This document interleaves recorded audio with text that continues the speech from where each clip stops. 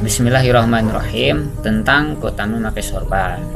Banyak sebagian orang yang menganggap berprasangka bahwa memakai sorban ini hanyalah kebudayaan Arab belaka. Padahal jika kita menilik kepada usul fikih bahwa ada beberapa memang peninggalan orang-orang terdahulu, termasuk itu kebudayaan atau apapun, jika dia diadopsi Nabi sesuai dengan syariat, maka ia menjadi sunnahnya Nabi Muhammad SAW. Seperti halnya yang kita ketahui juga ada syariat Nabi terdahulu yang diadopsi oleh Nabi Muhammad, contohnya seperti puasa sunnah Nabi Daud.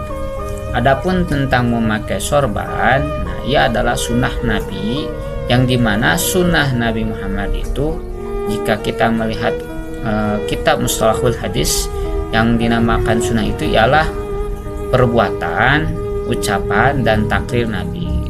Dan sorban ini kendatipun hadis-hadis keutamaannya banyak yang riwayatnya dhaif, namun banyak sekali turuk mutabi dan syawahidnya, sehingga membuat hadis itu bisa naik derajatnya kepada hadis hasan, dan dari hadis hasan bisa naik derajat kepada hadis sahih.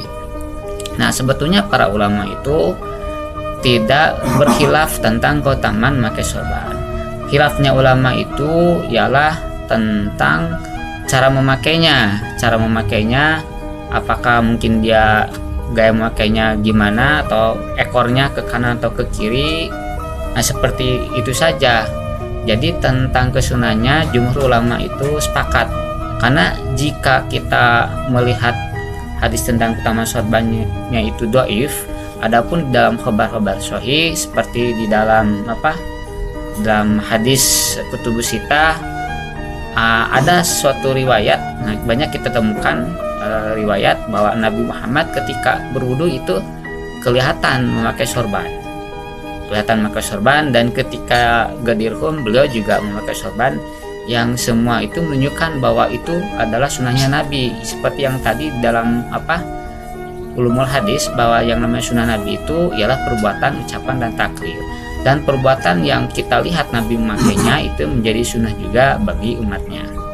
Nah, Imam Ibnu Hajar di dalam kitab Darul Ghamamah fi Durril Tailasan wal Adaba wal Imamah, beliau di dalam kitabnya halaman 125 mengatakan ini di dalam Al-Fathus Sani fil Imamah. Nah, hiya sunnatul sholah au liqasdi tajamu wa in awhama ba'dul ibarat khilafun dzalika ila anna yuhmala ala man fa'alaha li ghairi dzalika fa innahu qad yubahu wa qad yukrahu wa qad yahrumu. Nah, jadi Imam Ibnu Hajar mengatakan dalam kitabnya yang tadi disebutkan bahwa tentang memakai sorban ini sunnah, terutama ketika sholat, atau bertujuan memperindah diri dalam penampilan selain daripada sholat, tentunya kepada hal-hal yang baik seperti mengaji, mengajar, dan lain sebagainya. Nah, ini kenatipun Imam Hajar menyebutkan banyak ibarat yang khilaf.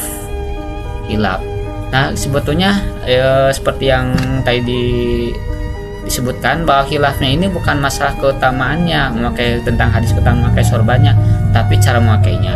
Dan ini juga Imam Ibnu Hajar mengatakan dia bisa berubah makruh atau haram atau mubah saja ketika daripada tujuan orang yang memakainya, bukan dari asal hukum kesunahan sorban. Ini kan ila ana yuhmala ala man fa'alaha li ghairi dzalika. Jadi kedatipun ada orang yang mengatakan, dia takabur ingin dilihat bermegah-megahan atau syuhroh misalkan. Nah, itu tidak menggugurkan kesunahan sorban, tapi kepada tujuan daripada si pemakainya. Nah, ini Imam Ibnu Hajar banyak juga menyebutkan keutamaan daripada hadis memakai sorban. Ini kita sebutkan saja yang di dalam kitab Tanqihul Qaul tentang sebagian keutamaan sorban, ya hadis-hadisnya sebagian saja. Nah, ini kita sebutkan di dalam bab ke-12 mengenai keutamaan sorban, kitab Tanqihul Qaul al-babu tsani asyara fi fadilatil amain. Ini rawa ila tubnul ashqa'a anna Rasulullah sallallahu alaihi wasallam qala innallaha malaikata yusholluna alal ashabil amaim yaumal jumu'ah. Jadi diriwayatkan dari Sayyidina Wa'ila bin al-Asqa bahwa Rasulullah Shallallahu Alaihi Wasallam telah bersabda, sungguhnya Allah dan para malaikatnya bersolawat kepada para pemakai sorban pada hari Jumat. Nah, ini hadis lagi. Qala Nabi Shallallahu Alaihi Wasallam, nah, al-amaimu tijanul Arab. Sungguhnya sorban-sorban itu adalah mahkotanya orang Arab. Fa'idha wada'ul amaima wada'ul idahum. Ketika mereka meletakkan sorban itu sama dengan meletakkan mahkotanya. Ini kita sebutkan hadis lainnya. Nah, waqala Nabiyyu sallallahu alaihi wasallam ta'amamu fa innal malaikata ta'amamat. Nah, Nabi sallallahu alaihi wasallam bersabda, ini bersurbanlah kalian karena sungguhnya para malaikat itu bersorban. Ini hadis lain lagi.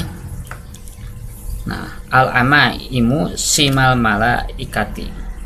Nah, fa'ar siluha khalafa zuhurikum. Jadi sorban-sorban itu ialah tandanya para malaikat. Nah, maka julurkanlah oleh kalian sorban itu ke belakang punggung kalian.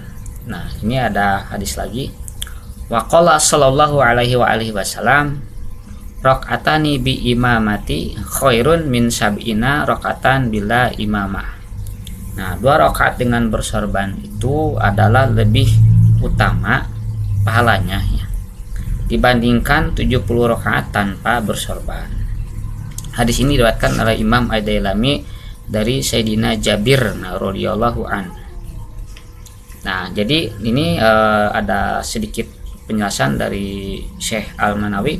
Wa qala Al-Manawi li'anna sholata hadratul maliki wa dukhulu ila hadratil maliki bigari tajamul khilaful adab. Jadi kenapa kita memakai sorban, memakai gamis, terutama juga sorban dan gamisnya yang berwarna putih. Ini Syekh Al-Manawi dalam kitab Tanihul Qaul menyebutkan bahwa sesungguhnya sholat itu berada di hadapan Sang Maharaja, dan masuk ke hadapan Sang Maharaja dengan tanpa kerapihan adalah menyalahi tata krama. Dan ini sedikit tambahan bahwa salah satu warna yang disukai oleh Nabi Muhammad ketika beliau tajamu fi sholah, berpakaian dalam sholat, itu ialah sorbannya dengan sorban warna putih, dan gamisnya juga gamisnya warna putih. Setelah warna itu adapun ada warna juga yang memang disukai Nabi, namun lebih banyak hadis itu riwayatnya yang memakai pakaian putih. Dari pakaian putih yaitu setelah warna putih itu hijau. Nah, Syekh Yusuf bin Ismail An-Nabhani mengatakan di dalam kitabnya bahwa terkadang bahwa sorban hijau ini atau rida hijau ini juga menandakan bahwa itu pakaian khusus Surafa Parasada. Jadi ketika memakai pakaian sorban atau rida berwarna hijau, seyogianya kita melihat dengan siapa kita berkumpul,